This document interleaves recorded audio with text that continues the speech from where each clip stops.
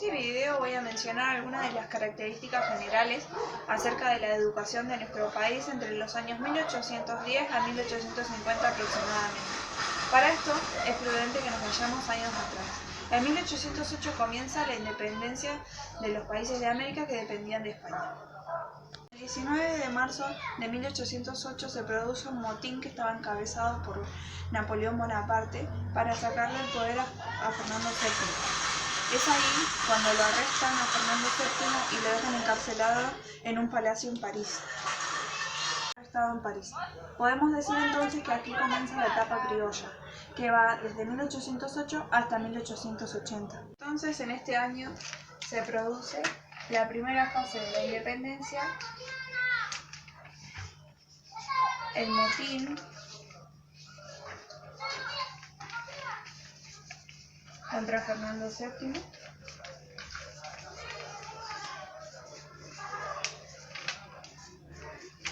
y comienza la etapa criolla.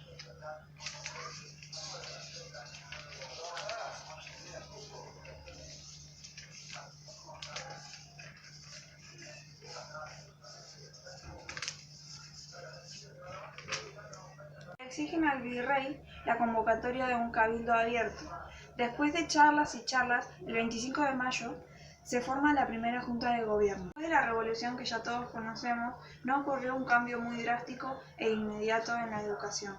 Más bien tardaron varios años en cambiar las cosas, es decir, siguieron de la misma manera por varios años. En este contexto surgieron escuelas parroquiales,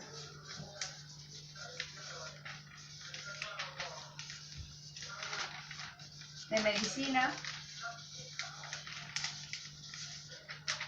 la náutica y de dibujo.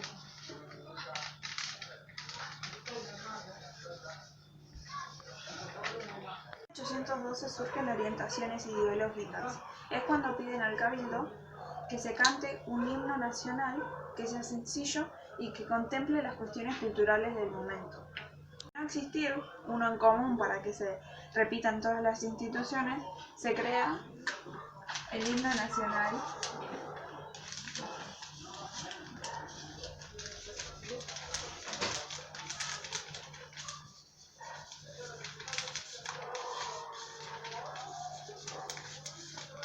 el cual se tenía que representar en todas las instituciones educativas.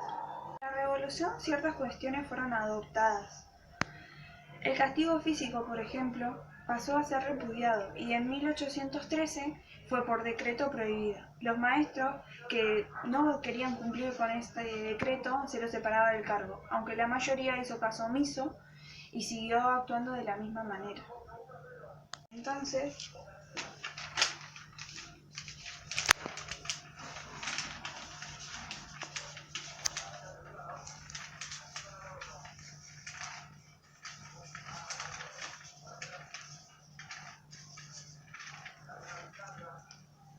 en 1815 se trabajó con el sistema lancasteriano. Su nombre fue por su creador, que se llamaba Lancaster. Este trabajo consistía en enseñarle a ciertos alumnos que tenían el mismo nivel de lenguaje, tenían el mismo saber de aritmética, se les enseñaba a ellos y ellos, lo que aprendían del docente, debían enseñárselo al resto de sus compañeros. Este sistema fue muy económico y muy famoso, ya que había escasez de maestros y no debían pagarle a tantos para enseñar. Realizaba este tipo de educación con el fin de que los alumnos sean útiles al momento de llegar a la sociedad. Creó un discurso revolucionario con el tema de la utilidad. Entonces, en 1815,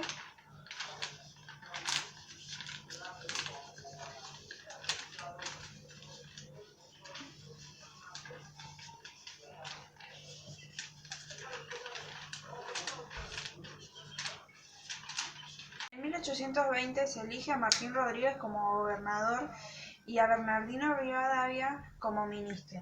Ellos se abocaron a la educación, reformando todo el sistema educativo y planteando una planificación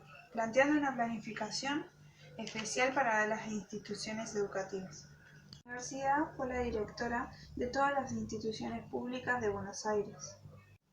En 1820 se elige al gobernador Martín Rodríguez, quien contaba con el ministro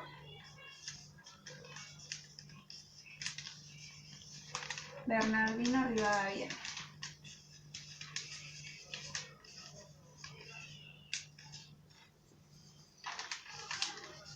Ellos se abocaron a las reformas educacionales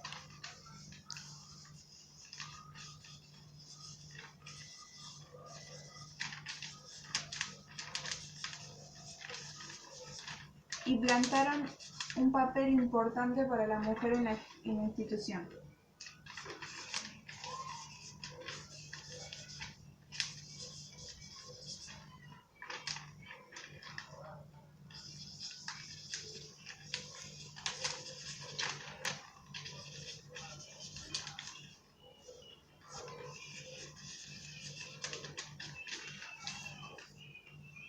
Al llegar ellos al poder, solo existían 14 escuelas públicas en la provincia de Buenos Aires, y con su partida dejaron 49 escuelas públicas. Llegando a 1829, Rosas asume el poder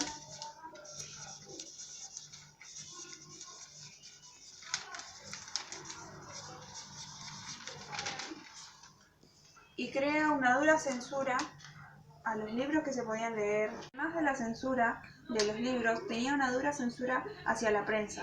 Él decía quién podía publicar qué cosa y quién no. En 1830, Rosas hizo una quema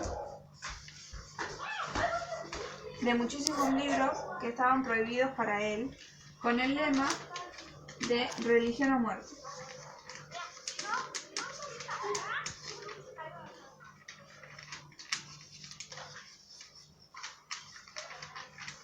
Quien no respetaba esto, supuestamente tenía que morir. La gente de Rosas persiguió las corrientes literarias de la época. Las corrientes eran jóvenes de la época. En el año 1831,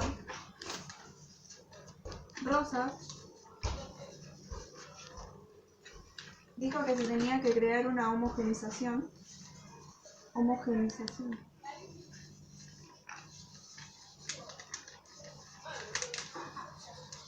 sobre los contenidos escolares.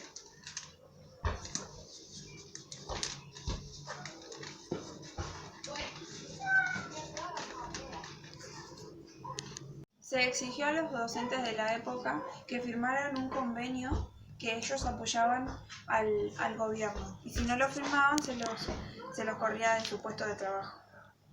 En 1835 obligaron a la universidad a jurarle lealtad al gobierno.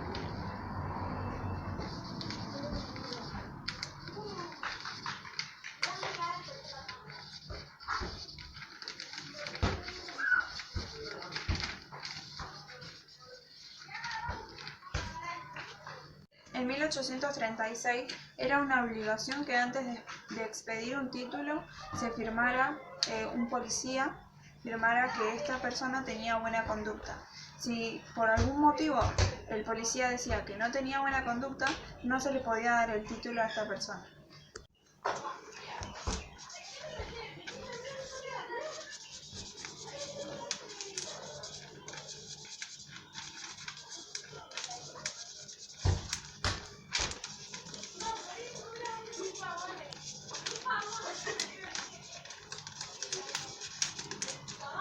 Por último tenemos en el año 1839 y 1849 la creación de escuelas para niñas que fue creada por Sarmiento.